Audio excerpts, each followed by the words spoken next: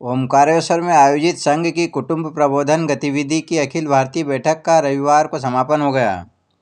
नर्मदा तट स्थित मार्कंडेय आश्रम पर भारत माता व आदि शंकराचार्य का पूजन किया गया। इस दौरान आरएसएस प्रमुख मोहन भागवत ने भारत माता पूजन का महत्व और उद्देश्य बताया। सरसंघ चालक मोहन भागवत ने कहा कि भारत भूमि हमारा पालन पोषण संरक्षण और संवर्धन करती है। भारत भूमि में जन्म लेने वाले प्रत्येक जन में सेवा का स्वाभाविक संस्कार है। भारत माता का पूजन मतलब भारत में रहने वाले जन, जमीन, जंगल, जल और जानवरों की सेवा और सुरक्षा करना है। पर्यावरण और जैव विविधता का संरक्षण और संवर्धन भारत माता का पूजन से मिलने वाली प्रेरणा है। आरएसएस प्रमुख ने एकांत में आध्यात्मिक साधना और लोकांत में समाज सेवा का आह्वान किया। गृहस्थ आश्रम को धर्म की धुरी बताते हुए कहा कि जिस भी स्थिति में उसे समाज की सेवा के लिए तत्पर रहना चाहिए। जिस प्रकार गरुड़ ने माता की सेवा से देवता का वाहन बनने का आशीर्वाद पाया, उसी प्रकार हम भी भारत माता की सेवा के आशीर्वाद से धर्म के वाहक बनने में समर्थ है।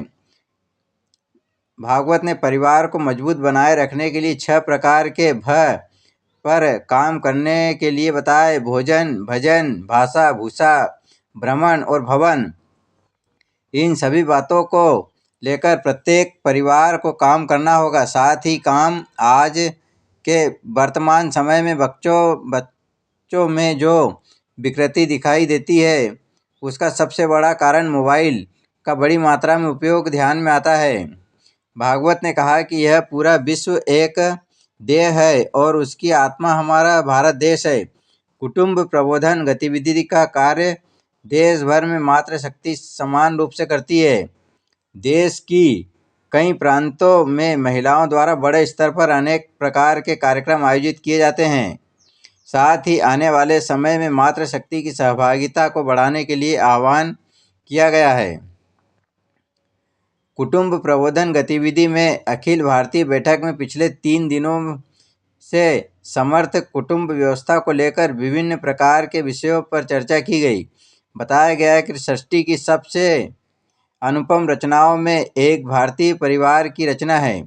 भारतीय परिवारों को सुदृढ़ करने के लिए विभिन्न प्रकार के कार्य कुटुंब प्रबोधन गतिविधि पर किए जाते हैं। कुटुंब मित्रों का परिवारों में आना, परिवारों में सकारात्मक चर्चा करना, ऐसे कई प्रकार के अलग अलग क्रियाकलापों द्वारा कुटुंब व्यवस्था को मजबूत प्रदान करने का काम